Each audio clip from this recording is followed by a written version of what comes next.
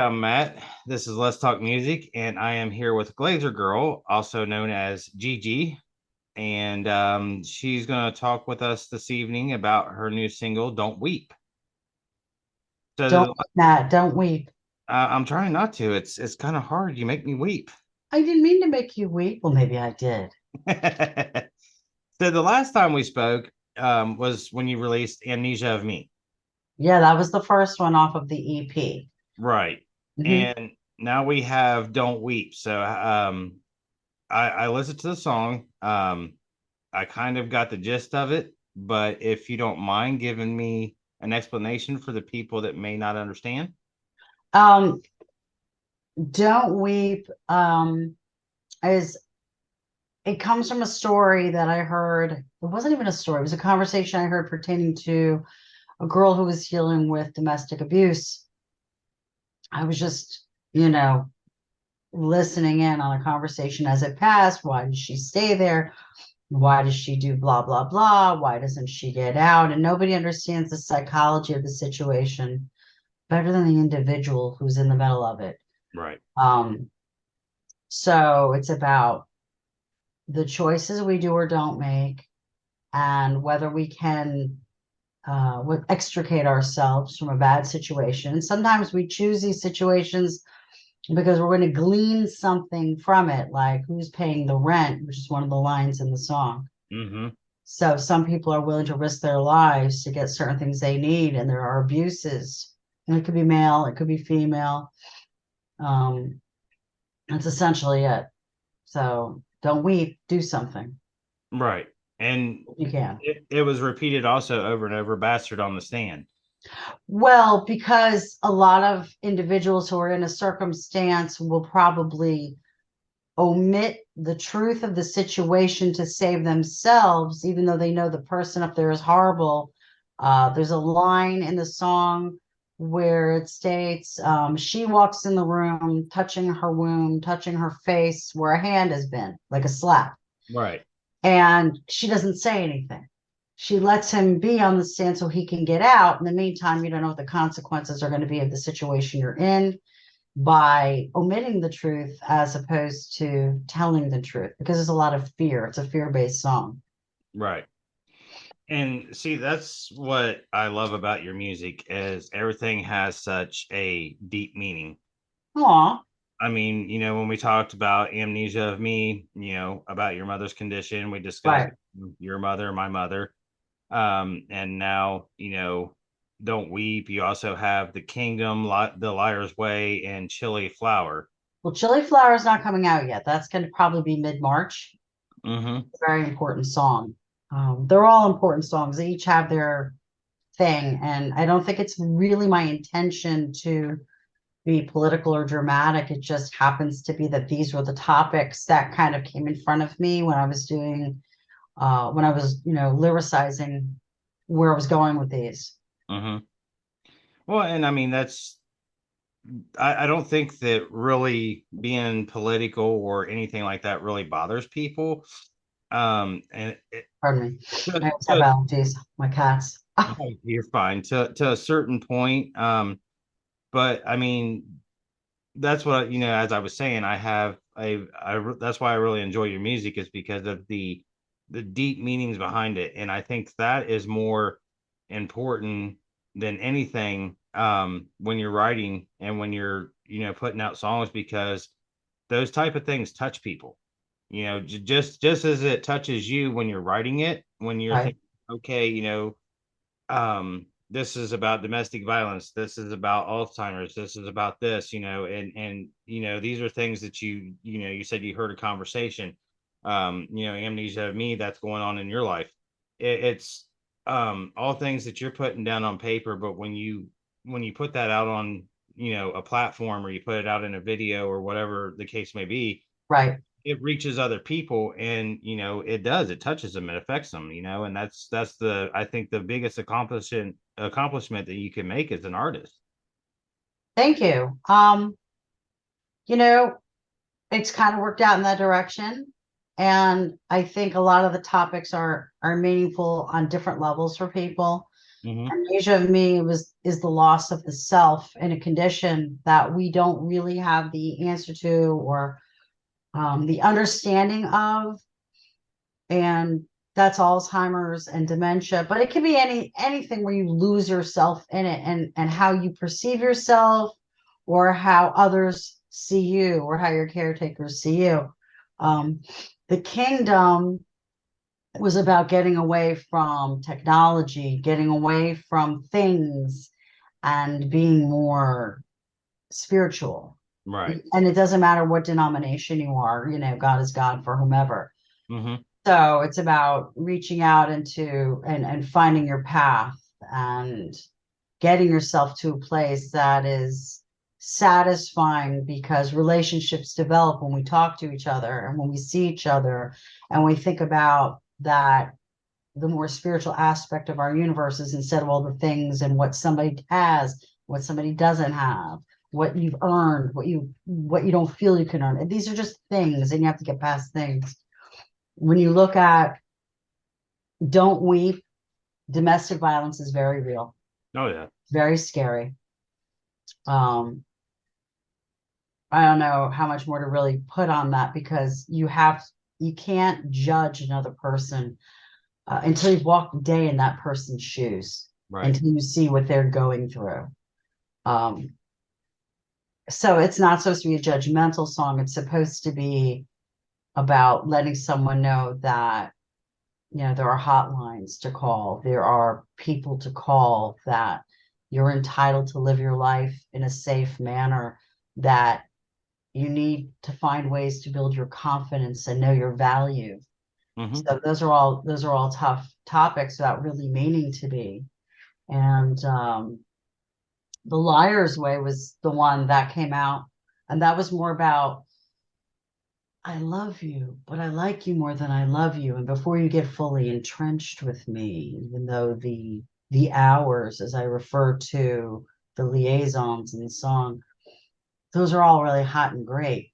But when you see that other person is falling for you, is it fair to them? You're technically lying by omission. You're lying to yourself and to them about what your feelings are, because sometimes you don't want to admit them. And it can be selfish because you want to keep that person attached, or you can say, go, run, run now, before you get completely um, entrenched. Hmm. So I guess they're kind of good messages to think about yourself and look at yourself in a different light. Yeah.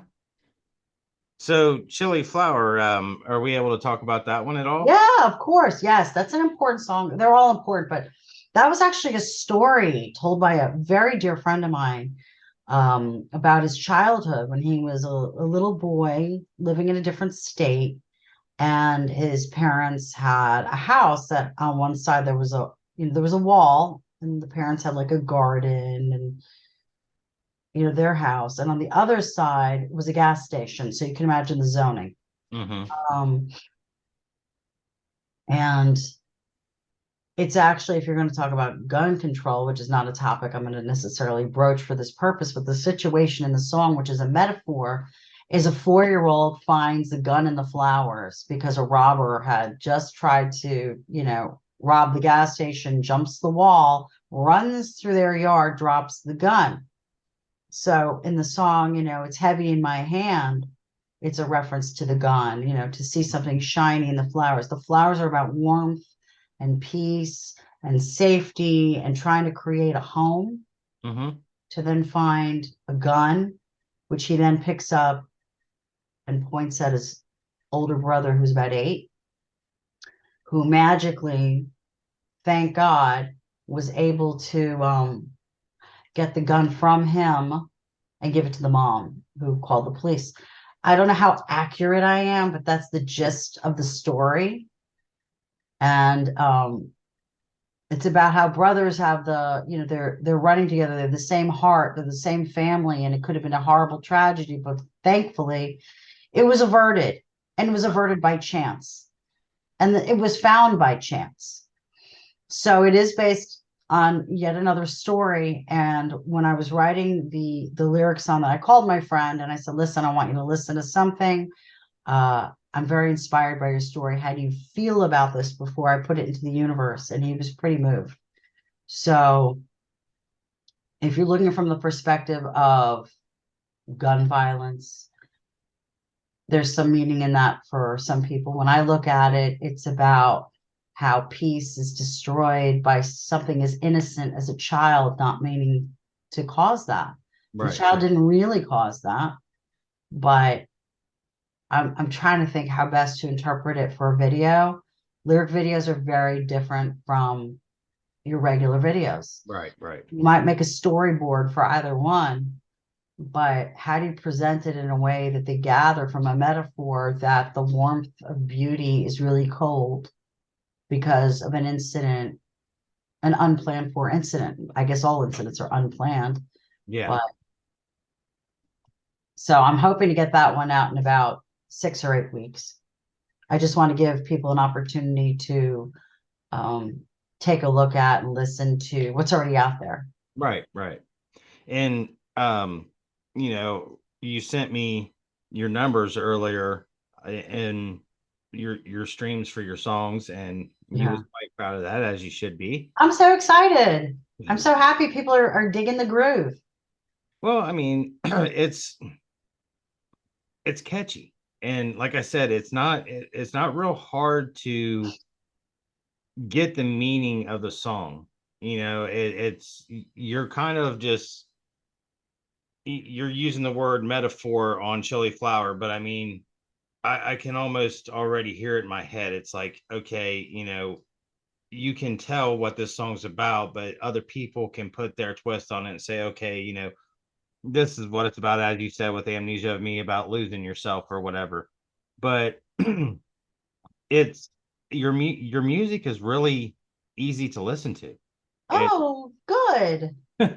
you know what I mean? It's like you can really just sit there and jam it, and you're like, okay, it makes you think. And it's nice that it's kind of like a painting in a museum. You know what I mean? It's all, maybe let's just say, abstract art, and Okay. people pass by it and they're like, okay, yeah, whatever. But a lot of people will stand there and they'll stare at it, and it'll make them think, or they'll see something in that painting that makes them remember something.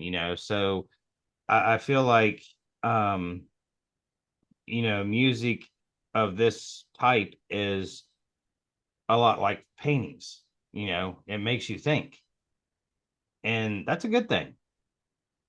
I think we're missing out on a lot of storytelling. People Yes. used to really be into their story. You know, who's actually a lot of fun to listen to? I love like old like Will Smith and Eminem just for the stories Hmm. I'll to tell you, put it out there. I mean, conceptually, but there's something to be said for a song that makes you. I mean, I really listen to lyrics. Some people are just into the jam, right. but I really listen to what people have to say. And if it doesn't, and I'm like, how do I interpret that? Or what makes me remember that? What makes me sing it again? Where's the catch? Where's the hook? Hmm. And sometimes I just want to play it in the gym. And even though I'm listening to it over and over and I'm singing it to myself, I get into my groove and it's easy, you know, Hmm. And I've seen them gym photos. You're getting buff. working on it, working on it. Honestly, everything going on, Greg may have horrible allergies. Honestly, everything going on with the mom situation really takes a lot out of the caretaker individuals. Right. And I have not been taking care of myself. And I have to do it because I'm not good to anybody if I'm not together. So I went back and sometimes I work on music there. I know I have like 3 or 4 other tunes that I wrote some time ago that I was talking to my producer, George Pond, who's awesome. And I love him about working on those because there's other concepts, there's other stories that should be told. And so when I go to the gym, I'll contemplate that. George Pond, as in from Disciples of Verity. no, what's I just swim the current. And Swim the Current, correct. Yep. I just And Negative Sky. And when I first started talking to him a few years ago, when we became friends, I found out we were at the same show. I have a t-shirt from this, some big Palm Beach, Auto, whatever it is, spectacle, and Non-Point played there. And In This Moment played there. And George was there with a band called Second Skin. And I was with a little band called Concrete Skipple. We were a different stage. They had three stages, but they had main stage and they two other stages. And it's gone back that far. And then he's doing a lot. He's putting a lot of new work out there. He's really tremendous, and he's working with great artists. So I'm very honored to be friends with him, but also super ecstatic that he produced my work. And he and Jay Munch had composed the music, and we went over it and made decisions on how it was going to be presented. And then, I did my thing. Yeah, I just actually what about 2, 3 weeks ago did a short interview with them for their new song. And there's when you got them guys on video, there's something else. There was there I think it was only three of them that joined me. Might have been four. I can't remember. I think it was three, but yeah, Joe and George and all them guys, they're something else. And it's always just a fun time talking to them guys. But yeah, I mean, Definitely. he's done a ton of work, and I mean, I think that he would be just a cool dude to work with. Absolutely. So Absolutely. Like the nicest person and very straight up. And if he has a comment on it, he's going to tell you. I right, like when people are black and white and they say it like it is. I'm not comfortable with the gray. right. So let's just Mothership is the EP. It's a 5 song, Correct. and it's obviously doing well by your streaming numbers. Your YouTube numbers are pretty good. Like I said, you got a fan out of me from the first time that we talked, and then I listened to your music. But what do we have in store for 2023?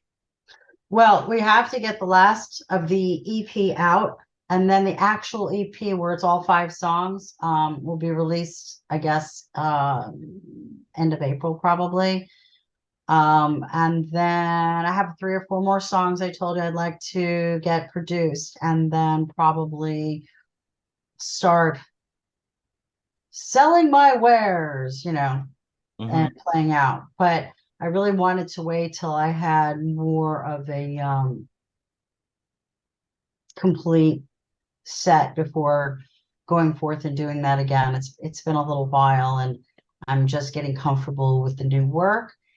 And I think it's going to be a really positive thing to go out there and perform again. Hmm. But the recording process, the writing process, this is all taking time. The streaming process, the videos, and also coordinating with whom you're working. You Hmm. want to really surround yourself with the best possible musicians and producers and uh, mixers and masterers and artists, Right. in terms of graphic art. To put that together is time consuming. And once you have all the pieces put together, it becomes much easier. So then you can pursue the other venues, the other avenues. Hmm. So I'm looking to get that EP out, try to get three other songs done, and then put it out there to go live. Awesome. Yeah. I might pick 1 or 2 covers. I'm not a big covers fan, not because I don't like them, because there's amazing cover bands down here, but I think it's better to be choosy what really tickles you to do, um, and also to determine if it's the right fit and does it mix with the other work that you're doing, Right. and then add that in. But I like to be specific and do it by my choice and take it from there. So that'll all come together in a nice little compilation, so that when I'm out there, people hear everything. Yeah. And I mean, I can't blame you. It's this is, as we talked, this is a new venture for you. Yes, it's a solo project. Prior to this, it's always been a case of either being invited into a band or creating a band. And there's always politics, who gets along, who doesn't. They don't go with the original objective of the group. Now they want to do it that way. And that's hard. Hmm. So when you work with individuals, there should be flow. Right. It's like telling a story. It's like you could have a friend you haven't seen in 10 years and you pick up the phone and you pick up right where you left off. So Hmm. if it's that easy to do that, then so should making music and putting it out into the world. You're going to have different personalities, but your goals really need to be the same. The plan, where are you trying to go? So this is a solo venture. And I'm still in touch with the guys from my previous band from 3 years ago. I was with Union Cane. I fronted. It was a metal band. Hmm. And everybody's doing their own thing and have kind of gone their own ways in the universe. But I think it's important to maintain your relationships and be kind and listen and help each other. And if you can, give them some guidance on what's working for you versus what's working for them. So being solo is different. It's very different because you're really counting on you as a performer, yourself as a performer. Right.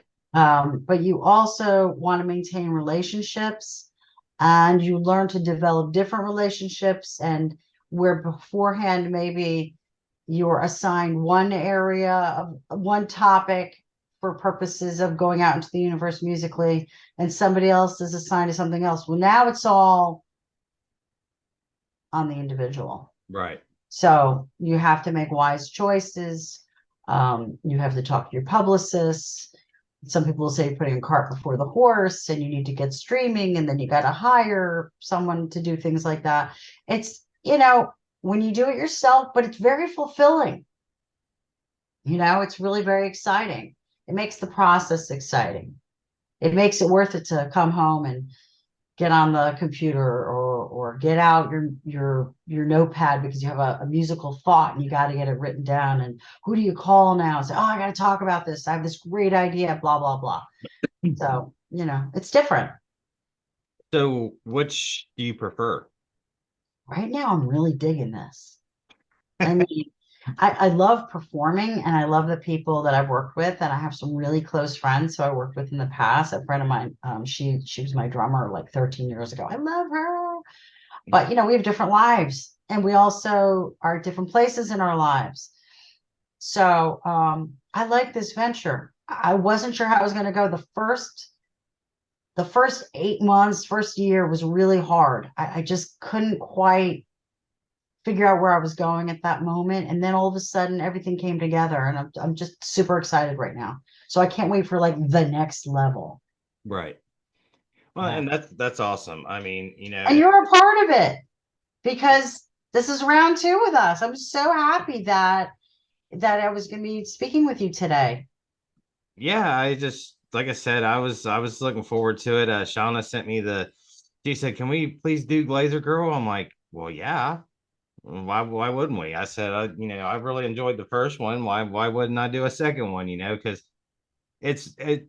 I've done quite a few bands. I think I'm up to like 140 now that I've done. Awesome. Yay, you. Yay. Clapping, Thank, golf clap. thank you. And I think maybe out of all those, it's been five that I've circled back to, where their publicists say, "Hey, this person has just released this, and they're doing this. Do you want to talk to them?" I'm like, "Sure." I mean, one was a guy called a band called Fire Follows Hmm. out of Colorado, and very interesting man. He's a solo artist, but he has a band that he's going to be going out with, whatever. But he's very very talented dude. we hit it off on our first interview, and then we hit it off on our second. So I mean, it's nice to circle back and talk to people. It's like, when we were kind of messaging earlier, I was like, I've been following you. I've been seeing what you're up to, and I do that with all the artists because in case we do circle back, or just because, these are people that I've talked to and they've had an impact on me. It doesn't really, um I think, We're growing with you. yes, all 140 videos that I've done, everybody has had some sort of impact on me. Like, I'm working with like 5 or 6 publicists now from, Europe. So I'm doing. Interesting you brought that up. Oh yeah. What? Yes. I don't know if I had sent it to you or if you got it from Sean or just from my postings. I got reviewed in the Deep Cuts. I don't know what it was called. It was from Power Play Rock and Metal Magazine out of the UK. I got a message from someone out of Bolton, UK, Mm-hmm. and he says, "Great interview." I'm like, "What are you talking about?" And he sent it to me, and it was for this magazine, and they had this section called, I guess, Power Cuts or whatever it was. And this is a real like major magazine out there. Right. And there I am in the midst of it. And I was just like, oh, really? I'm so excited. Yeah, I mean, It was cool. I actually got 3 new ones today that sent me some stuff, and I was just like, wow, it's picking up, and it's actually, it's flattering, but it's like, oh my God, am I gonna be able to keep up? Because Ah, you're gonna be fine. You're gonna be fine. you You know, know, there's a lady with a podcast, Rocks Radio TV. Her name is Carrie Ann Grove. She interviewed me 3 years ago, and then she took the first bite out of the apple when I went the solo route. hmm. And she's out of the UK, and it's like, there's a lot of action out there in Europe, Oh yeah. a lot going on. But you want to be home based too. You want to be heard where you're from, which is in the States. Right. But that's growing, so that's cool. And you're growing with us because obviously you're getting more artists that you're working with. You're Mm-hmm. obviously going back to circling back, as you say, with those of us who are growing with you also Mm-hmm. with listenership. It's a very exciting time, and the market is very different. You really have to fight harder to be heard. Um, the publicity scene is different now. It's very hard to get people to review your albums, your EPs. Right. I'm very lucky that magazine reviewed the album, and they gave me a great review as someone to watch. And I had another one from Billy McDonald, who's from Rock and Review, and I had done some work with him also 3 years ago. And he came and rallied around. He also did a review. He's out of Baton Rouge, Louisiana. Yeah. Um, and it's really nice for, people don't have to be nice. They're going to be cut and dry. Hey, this is great, but I don't like this. Or they Right. give you X amount of stars, or they give you X amount of whatever, shooting you a bird. I don't know. But whatever it is, when it's positive and forthcoming and exciting and they're excited for you, that just pumps everybody up. So it's fabulous. So it's just hard to get it done because people had to go back to work. I was talking to a publicist who said they're having difficulty getting album reviews because all the writers had to go back to work to like regular jobs. COVID killed a lot of things, a Mm-hmm. lot of people. And it's just weird now. And it's always starting over again. Constant state. You have to be on your game. You have to follow up. You need to make those phone calls. You have to reach out. I'm trying to work on social media, those platforms, which, you probably have to get involved with influencers at some point to really be heard. Right. So, Right. and they had to get there at some point, doing what they do. And some people have a knack for it that's just unbelievable. But the Mm-hmm. market has definitely changed in the music industry. A friend of mine messaged me, "Oh my God, you have all these streams. Is there any money in this?" And the reality is, no. Right. not at the moment. I mean, you have to sell merch and you have to perform and you have to sell tickets. If you want to go and sell beer in the bars, I've done it. You Yeah. know, it's a thing. I mean, But it's how just you long? have to do it because you love it, not because of, what's your goal? Maybe I like glory, the glory of it all. But I just enjoy making music. So it's pretty And see cool. that's like with me. I mean, I don't have a shit ton of subscribers or whatever. Getting there. I'm doing pretty decent on views. But for me, it's more of talking to you. It's Okay. and knowing about you and getting you out there. Thank you. Because I mean, I've done, a couple, Tommy Vext, Keith Wallen from Breaking Benjamin, a couple of like big signed names, you know what I mean? But Right. I like talking to the independent artists and the people that are, just starting out or this and that, because it's a lot easier to talk with them. You don't feel so much pressure. You don't feel like, okay, am I going to say something stupid, and on the positive note, it helps you grow and it helps me grow. Yes. And I think that it's not even so much that it's maybe less intimidating because you're dealing with independent artists. I think that the whole market has changed where people are just doing so much themselves, they don't even need the labels necessarily. But it depends on what your goal is. Right. Yep, I agree wholeheartedly. Well, Gigi, we are almost out of time. As always, it was wonderful talking to you. It was a pleasure to see you again, Matt. Thank you so much for having me. No problem. And we'll keep in touch and we'll see, what comes your way later in 2023. Let me know when you get down to Florida. Psh, woman, I am trying. I love Florida. It can be very warm. Yeah, well, it got up to 59 here today, so I was happy with that. Yay. I'm not going to tell you that it's like, 75 right now. And That's how it is. it is what it is. Thanks again, Matt. I really appreciate you having me on the show again. No problem. Thank you.